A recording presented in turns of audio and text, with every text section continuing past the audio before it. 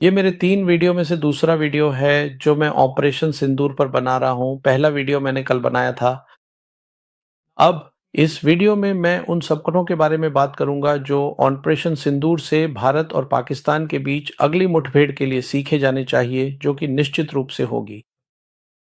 अब एक बात जो ध्यान देने वाली है, वह यह है कि मोदी सरकार के तहत भारत और पाकिस्तान के बीच जितनी भी सैन्य मुठभेड़ें हुई हैं, वे हर बार पहले से बड़ी रही हैं। 2019, 2016 से बड़ा था, 2020, 25, 2019 से भी बड़ा था। तो ये निश्चित है कि अगली मुठभेड़ होगी। जब वह होगी, चलिए उसे सिंदूर 2 कहते हैं, वह ऑपरेशन सिंदूर से कहीं ज़्यादा बड़ी और कहीं ज़्यादा घातक होगी। और इसलिए ऑपरेशन सिंदूर के सबकों को समझना बहुत ज़रूरी है।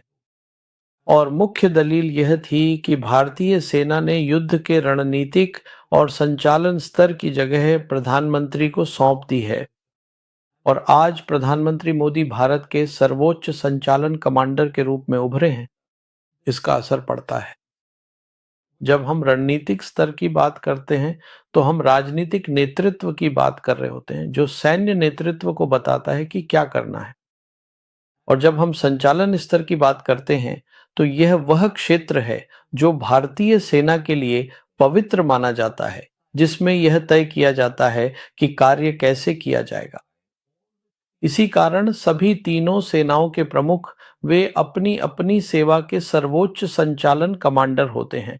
अब जैसा कि मैंने कहा था, 2014 में प्रधानमंत्री ने संचालन निर्देश दिया था कि भारतीय सेना केवल आतंकवादियों पर ही ध्यान केंद्रित करे।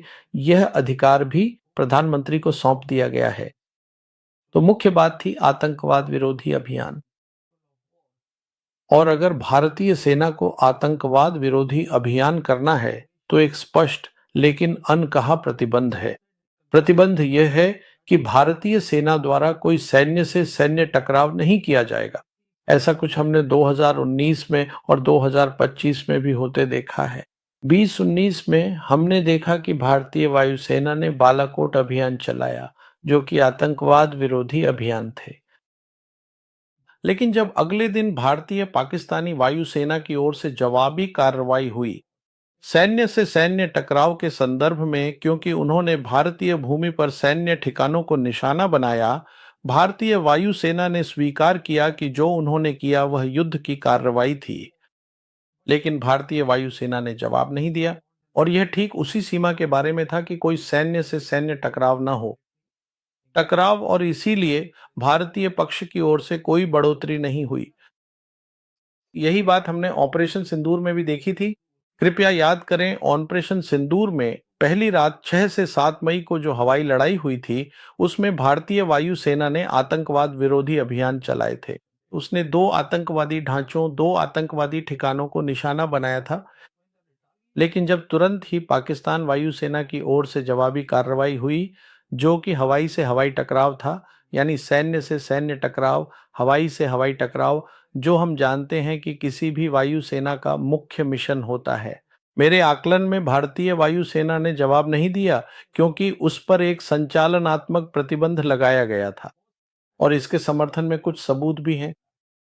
हालांकि 9 से 10 मई की रात को हमें बताया गया था कि त्रिसेवा संचालन योजना के तहत भारतीय वायुसेना ने भाग लिया और इसने सफलतापूर्वक काउंटर एयर ऑन ऑपरेशन किए, जो रक्षात्मक भी थे और आक्रामक भी। लेकिन जैसा कि मैंने कहा, इसने कोई हवाई से हवाई ऑन ऑपरेशन नहीं किया। बिल्कुल, इसके भी कुछ प्रभाव थे जिन्हें मैंने अपने पिछले वीडियो में समझाया है।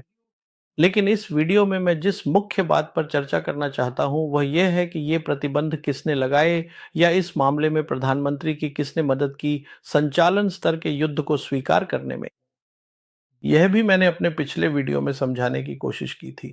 ये भारतीय सेना थी जिसने ऐसा किया, जिसने संचालनात्मक क्षेत्र प्रधानमंत्री को सौंप दिया। और भारतीय सेना भारतीय सैन्य बलों में तीनों सेवाओं में सबसे बड़ी है। और यह 2016 में तथाकथित सर्जिकल स्ट्राइक के दौरान किया गया था, जो भारतीय सेना द्वारा की गई थी। वे वास्तव में सर्जिकल स्ट्राइक नहीं थी, वे नियंत्रण रेखा के दूसरी ओर सतही आतंकवाद विरोधी अभियान थे, जिसे भारतीय सेना ने राजनीतिक नेतृत्व को खुश करने के लिए सर्जिकल स्ट्राइक कहकर एक नैरेटिव बना दिया। और इस तरह उस क्षेत्र को प्रधानमंत्री को सौंप दिया।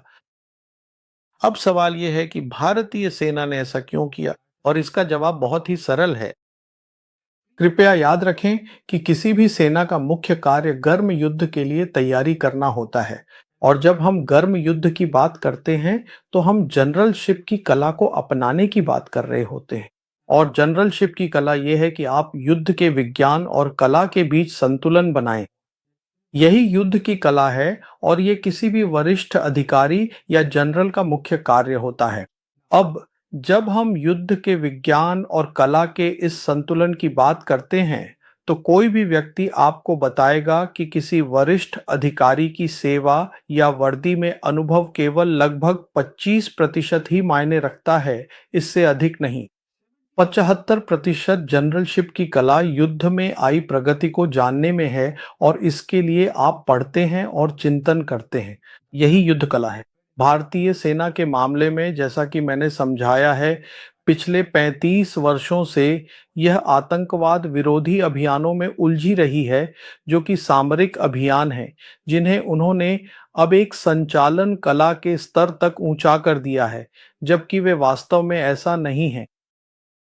तो बात यह है कि जहां तक भारतीय सेना का सवाल है, मेरा मानना है कि भारतीय सेना युद्ध में आई प्रगति, खासकर पीएलए की, जो युद्ध कला में सबसे आगे है और भारत की मुख्य चुनौती भी है, से खुद को अपडेट नहीं रख पाई है। मैं यहाँ दो उदाहरण दूंगा। पहला उदाहरण खुद सेना प्रमुख का है। अब जनरल उपेंद्र द्विवेदी, जो सेना प्रमुख हैं, उन्होंने हाल ही में बात करते हुए युद्ध के बदलते स्वरूप का जिक्र किया, जहां उन्होंने कहा कि आज भारतीय सेना के पास कई युद्ध क्षेत्र हैं जो एक साथ काम करते हैं, जिसे उन्होंने मल्टी डोमेन ऑपरेशंस कहा। और उन्होंने युद्ध के क्षेत्रों की सूची दी, जिसमें उन्होंने कहा कि ये हैं स्थल, वायु, अंतरिक्ष, साइबर, सूचना, इलेक्ट्रॉनिक स्पेक्ट्रम, अकादमिक जगत और उद्योग।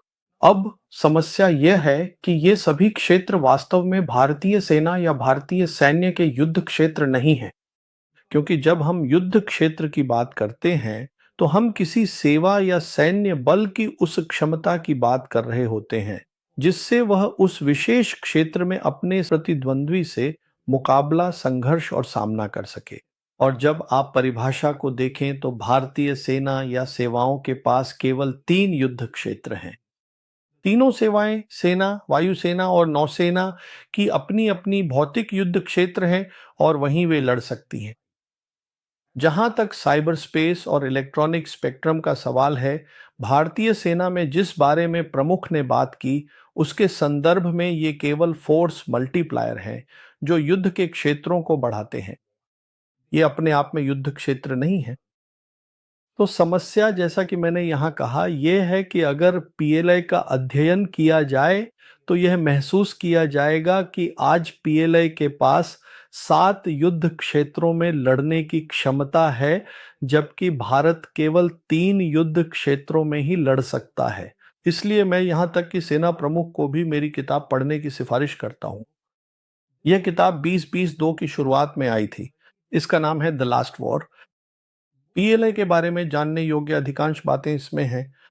पीएलआई क्या कर रही है, उसकी क्षमताएं, उसका युद्ध सिद्धांत और वह किस दिशा में जा रही है, इन सब के बारे में मुझे लगता है कि मैंने इस किताब में न्याय करने की कोशिश की है, तो शायद इसे पढ़ना सार्थक रहेगा। अब मैं एक और सेना प्रमुख की बात करता हूँ। एक पूर्व सेना प्रमुख, जनरल द्विवेदी के पूर्ववर्ती जनरल मनोज पांडे, जो एक अन्य कार्यक्रम में थे, और मैंने उन्हें यह कहते सुना कि भविष्य का युद्ध, जब उनसे पूछा गया सिंदूर के बाद, तो उन्होंने कहा भविष्य का युद्ध वैसा नहीं होगा जैसा सिंदूर में हुआ था। और फिर उन्होंने पीएलआई के युद्ध के बारे में अटकलें लगाना शुरू कर दिया। अब सबसे पहले मैं ये कहना चाहूंगा कि सिंदूर 2 सिंदूर 1 से भी बड़ा युद्ध होगा। जो हमने देखा वह 4 दिनों का युद्ध था, और वास्तव में सिंदूर इस बात की पूरी झलक देता है कि सिंदूर 2 कैसा होगा, और इसी कारण सिंदूर के सबकों पर ध्यान केंद्रित करने की आवश्यकता है। अब जहां तक पीएलआई का सवाल है, जनरल पांडे और सैन्य नेतृत्व के लिए कुछ अच्छी खबर है। मुझे इस पर बिल्कुल भी विश्वास नहीं है। वे अपनी खुद की युद्ध सराहना और युद्ध अभ्यास कर सकते हैं कि पीएलए वास्तव में भारतीय सेना के साथ लड़ेगी और इसका कारण भू राजनीतिक है। लेकिन मैं यहाँ इस क्षेत्र में नहीं जाऊंगा।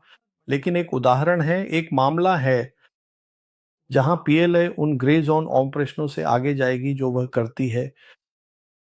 और वह स्थिति यह है कि जब वर्तमान दलाई लामा का निधन होगा तो चीन निश्चित रूप से 15वें दलाई लामा यानी उनके उत्तराधिकारी पर नियंत्रण चाहता है।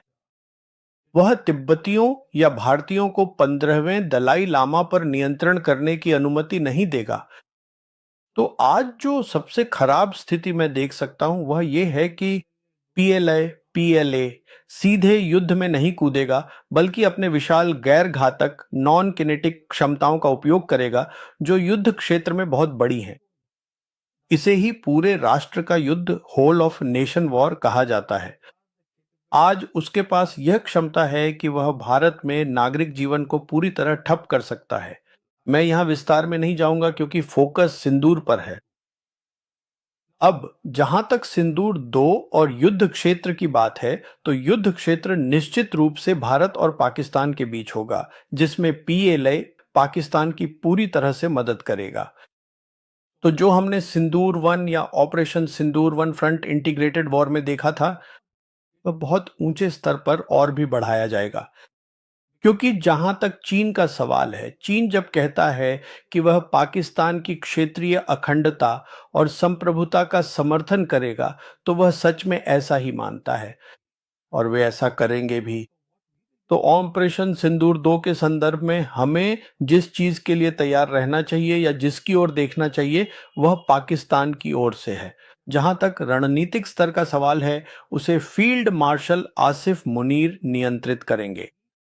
और जहां तक संचालन स्तर का सवाल है, जो कि मुख्य स्तर है, जैसा कि मैंने कहा, किसी भी अभियान में जीत या हार के लिए पाकिस्तान के तीनों सेवा प्रमुख ही युद्ध योजना बनाएंगे। लेकिन संचालनात्मक भूमिका में अग्रणी रहेंगे पाकिस्तान एयरफोर्स और हाल ही में गठित Pakistan army rocket force command, Bharat के खिलाफ श्रेष्ठता प्राप्त करने के लिए। क्योंकि केवल तभी जब किसी स्तर पर यह हासिल हो जाएगा, तब रणनीति शुरू होगी और पाकिस्तान आर्मी की भूमिका आएगी। तब वे जमीनी युद्ध में मौजूद कमियों का फायदा उठाने की कोशिश करेंगे। हालांकि भारतीय पक्ष में मुझे सिंदूर में जो कुछ हमने देखा है, उससे अधिक कुछ होने की संभावना नहीं दिखती। एक, इसका अर्थ यह है कि युद्ध के रणनीतिक और परिचालन दोनों स्तरों पर प्रधानमंत्री स्वयं नियंत्रण रखेंगे। सेना प्रमुख को रणनीति और कथानक निर्माण का काम सौंपा जाएगा। और मैं यह स्पष्ट रूप से कहना चाहता हूं कि रणनीति चाहे कितनी भी अच्छी क्यों न हो, युद्ध के संचालन स्तर की ठोस जानकारी के बिना यह बहुत तेजी से विफल हो जाएगी। दुर्भाग्यवश अब जहां तक संचालन संबंधी खामियों का सवाल है, स्पष्ट है कि दोनों पक्षों ने ऑपरेशन सिंदूर के दौरान इन खामियों को देखा और समझा है। और जहां तक पाकिस्तान की बात है, पाकिस्तान इन खामियों को भारतीय पक्ष की तुलना में कहीं अधिक तेजी से भर देगा, क्योंकि उसे पीएलए, चीन की सेना और तुर्की दोनों का पूरा समर्थन मिलेगा। अब भारतीय पक्ष की बात करें तो स्पष्ट कारणों से मैं संचालन संबंधी खामियों के बारे में बात नहीं करना चाहता। लेकिन मैं यह कहना चाहता हूं कि पाकिस्तान की ओर से पाकिस्तान सेना के तहत रॉकेट फोर्स कमांड की संरचनात्मक स्थापना या बदलाव एक बहुत बड़ी उपलब्धि रही है। और यही वह जगह है जहां वे अपने हाइपरसोनिक मिसाइल लाएंगे, जो संभवतः पीएलए और तुर्की दोनों से आ सकते हैं। और हर तरह के ड्रोन यहां लाए जाएंगे। और चलते चलते मैं यह भी कह दूं कि जहां तक भारत के पास S-400 की बात है, तो वे आज अपनी श्रेणी में दुनिया की सबसे बेहतरीन प्रणाली हैं। लेकिन इनके पास हाइपरसोनिक मिसाइलों को रोकने की क्षमता नहीं है। अब दूसरी बात, जाहिर है कि वे भारत से आने वाले ड्रोन पर नजर रखेंगे, इसलिए ड्रोन स्वर्म के लिए माइक्रोवेव हथियार मौजूद होंगे। विशिष्ट ड्रोन पर लक्षित हमलों के लिए लेजर हथियार भी होंगे। ये भारत की ओर से आ रहा है। फिर जाहिर है कि पाकिस्तान की ओर से वे चीन से लेने की कोशिश करेंगे और उन्हें यह और बेहतर मिलेगा। एयर डिफेंस सिस्टम, क्षेत्रीय सुरक्षा के लिए भी और बिंदु सुरक्षा के लिए भी। और जहां वे निश्चित रूप से भारत से आगे होंगे वह है उनकी सर्ज क्षमता। ये बहुत महत्वपूर्ण है। हम जानते हैं कि जैसा कि हमने कारगिल में देखा था, उसके विपरीत जब जनरल मुशर्रफ वहां थे, चीन में बैठकर संसाधनों की मांग कर रहे थे, 2022 से चयनित पाकिस्तानी अधिकारियों को चीन में दूतावास में तैनात किया गया है और उनका एकमात्र काम है सर्च के दौरान गोला बारूद और स्पेयर पार्ट्स की असीमित आपूर्ति सुनिश्चित करना। भारत के खिलाफ सिंधु में अभियानों के दौरान यह सुविधा या यह अवसर भारतीय पक्ष के लिए उपलब्ध नहीं हो सकता है। तो कुल मिलाकर जैसा कि चीजें दिखती हैं, हमें यह देखने का मौका मिला कि चीजें कैसी होंगी, क्योंकि सिंधुर में रिपोर्टें आई थी कि जम्मू और कश्मीर में उनके कंप्यूटर साइबर हमलों के कारण डाउन हो गए थे, जो पाकिस्तान से आ रहे थे। और हम जानते हैं कि साइबर हमले गैर निरूपणीय होते हैं और चीन के पास भारत के खिलाफ साइबर हथियारों के मामले में विशाल क्षमताएं हैं। मैं विस्तार में नहीं जाऊंगा, सिवाय इसके कि क्योंकि ये गैर निरूपणीय हैं, इसलिए इन्हें पाकिस्तान की धरती से आते हुए देखा जा सकता है। लेकिन मैंने पहले ही कहा है कि चीनियों के पास जो क्षमताएं हैं, वे पूरे भारत राष्ट्र में भारी तबाही मचा सकते हैं। ये एक हिस्सा है। दूसरा हिस्सा है कि युद्ध क्षेत्र या रणभूमि में क्या होता है। अब यहाँ कुछ निश्चित चीजें होंगी। पहली बात जो हमने मिसाइलों के इस्तेमाल से देखी है, और जब ये होगा तो सिंधु में भी इससे कहीं अधिक होगा। ये लंबी दूरी की मिसाइलें जो करती हैं वह यह है कि वे संचालनात्मक और रणनीतिक गहराई पर वार करती हैं और पूरी रक्षा व्यवस्था को खोलकर रख देती हैं। इसके परिणाम स्वरूप भारतीय सेना द्वारा बनाए गए कोर और कमांड मुख्यालय जैसी सभी संरचनाएं, वे सब बिखर जाएंगी। यही होने वाला है।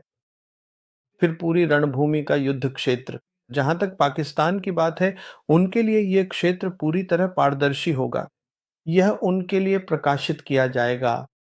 और जहां तक अदृश्य युद्ध का सवाल है, जिसके बारे में मैं हमेशा से तर्क देता रहा हूं, और वास्तव में मैंने इस पर अदृश्य युद्ध नाम से एक पूरा अध्याय लिखा है, जहां मैंने कहा है कि साइबर स्पेस और इलेक्ट्रॉनिक युद्ध की यह निरंतरता ही जीत या हार की कुंजी है। युद्ध, और यहीं पर चीनी उत्कृष्टता प्राप्त करते हैं। सिंधु में भी ऐसी क्षमताएं देखेंगे। फिर हम यहाँ हर तरह के ड्रोन भी आते हुए देखेंगे। बिल्कुल, भारतीय पक्ष को भी वह सब मिलेगा, लेकिन मैं यहाँ भारतीय पक्ष की बात नहीं कर रहा हूँ। और फिर हमें इसके लिए भी तैयार रहना होगा कि सिंधु में भी ऐसा हो सकता है। जहां तक चीन का सवाल है, जैसा कि मैंने कहा, चीन सक्रिय रूप से भाग नहीं लेगा, लेकिन वह पाकिस्तान की सेना को पूरी तरह से समर्थन देगा। साथ ही वह वास्तविक नियंत्रण रेखा पर अपनी ग्रे जोन गतिविधियों को और तेज कर देगा, जिससे भारतीय सेना, खासकर भारतीय वायुसेना की सीमित संपत्तियां बंट जाएंगी, जो भारत के लिए अच्छा नहीं होगा। और कृपया याद रखें कि कश्मीर क्षेत्र भारतीय पक्ष की सामान्य स्थिति की सारी बातों के बावजूद एक सक्रिय युद्ध क्षेत्र रहेगा। तो मेरा जो मुख्य बिंदु है वह यह है कि अगर सिंडो 2.0 होता है, तो मुझे लगता है कि यह एक गर्म युद्ध होगा, क्योंकि भले ही भारत सैन्य से सैन्य टकराव से बचना चाहे, पाकिस्तान की ओर से हमेशा सैन्य प्रतिक्रिया ही आई है और वह भारत को भी जवाब देने के लिए मजबूर करेगा। तो अपनी अगली वीडियो में मैं समझाऊंगा कि सिंडो 2.0 के होने की कितनी संभावना है, और साथ ही भारतीय सेना द्वारा नैरेटिव बिल्डिंग के बारे में भी बात करूंगा। बहुत बहुत धन्यवाद।